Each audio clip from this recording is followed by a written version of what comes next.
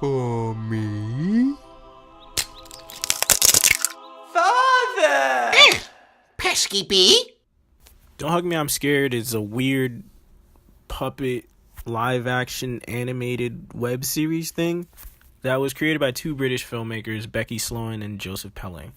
It only had 6 episodes, but those episodes spanned across 5 years, and it was really good. What's your favorite idea? Mine is being creative. It usually started off with each episode like a typical children's show with a bunch of puppets and a bunch of colors that looked a lot like Sesame Street, but then every episode would have a plot twist like it was an M. Night Shyamalan movie, and then it would just go fucking crazy. Shut up! Don't touch me! What?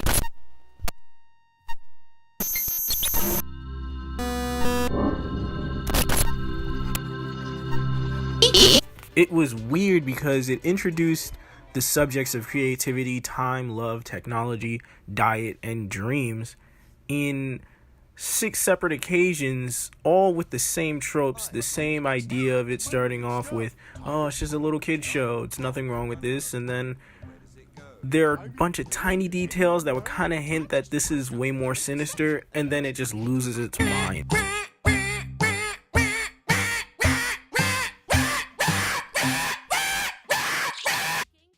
For example, in the first episode, it is about creativity. So basically, it's these 3 characters just sitting down at the table. It seems like they all live with each other, and a notepad comes up. It's anthropomorphic, and it starts talking and singing to them about creativity. Every time a character tries to do something that may be seen out of line or just a little bit too creative, the notepad shuts it down. Paint a picture of a clown. Whoa there, friend, you might need to slow down.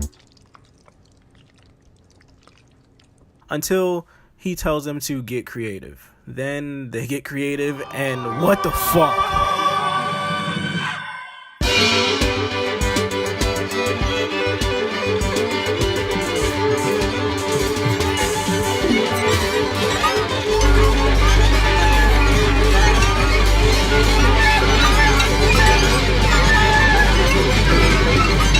I don't want to watch this anymore. When I first saw this video, I was 12 years old, and I was scared to death. I didn't want to, I had to X out YouTube. It was insanity.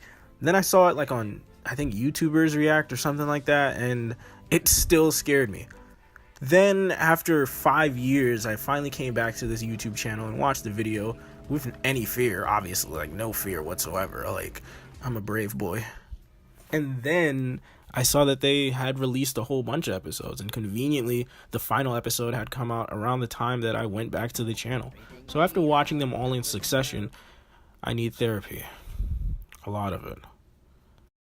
Now, when you look at the 3 main characters, you just assume that they're just 3 main characters. The red guy is boring, the yellow guy is stupid, and the duck guy is old. When it appears that these 3 guys represent 3 separate demographics. The yellow guy representing being a young child into an early teenager, being kind of stupid and just unaware of the world around you. We love you. You love us too.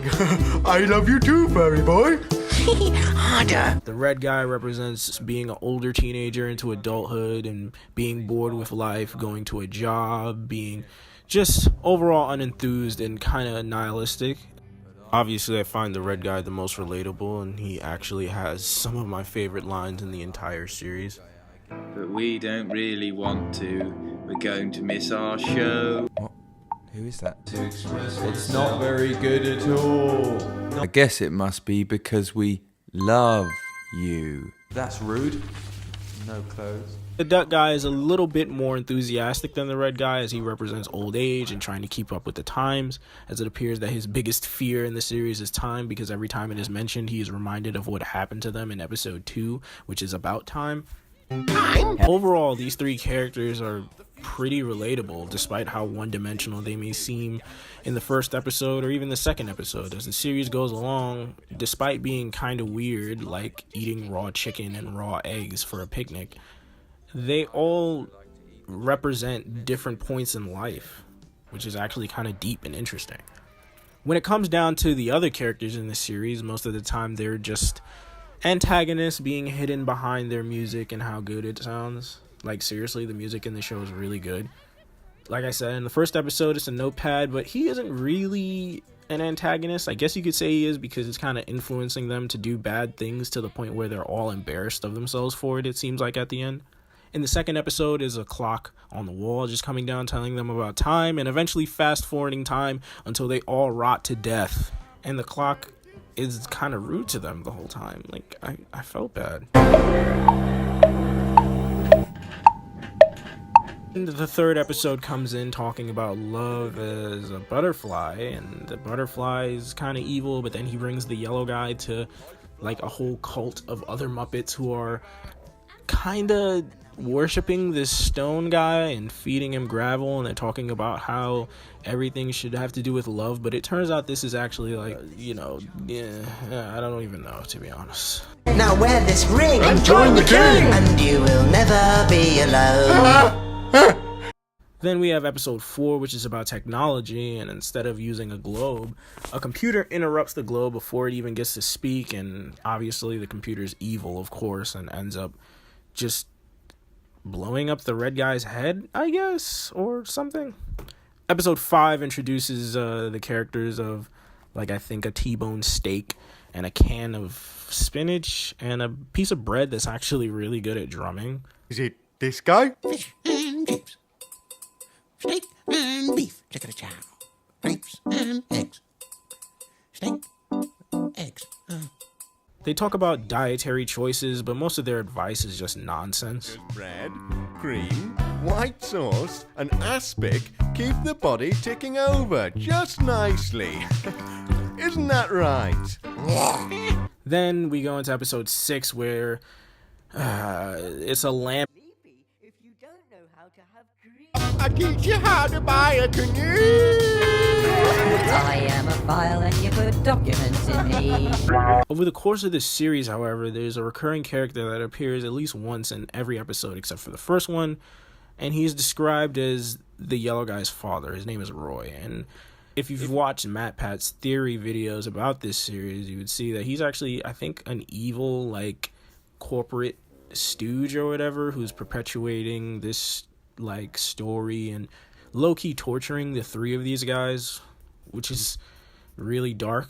And he has like this weird 500-yard stare on him, which all puppets do, but there's just something about his face that bothers me. Overall, I really appreciate this series because at first it appears that, this is just foolishness and just there for shock value, but if you realize there's a whole underlying meaning to a lot of these episodes, actually to all of them. Apparently they're coming out with like a season 2 or something very soon, and it was trending.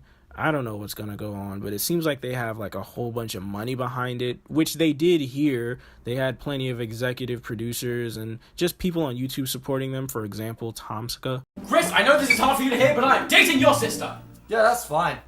Whoops! I love this series despite how intimidating it may be, or scary, or just batshit crazy it may seem. It's really good, and I definitely recommend people watch it, especially before the season 2 or whatever this new thing is gonna come out. Catch up on this before it comes out. It doesn't take you that long. Overall, the entire thing is a half-hour long, and all the music is actually really good. So yeah, go ahead, check it out, and I will see you guys in another video. Like, comment, share, subscribe, all that good stuff.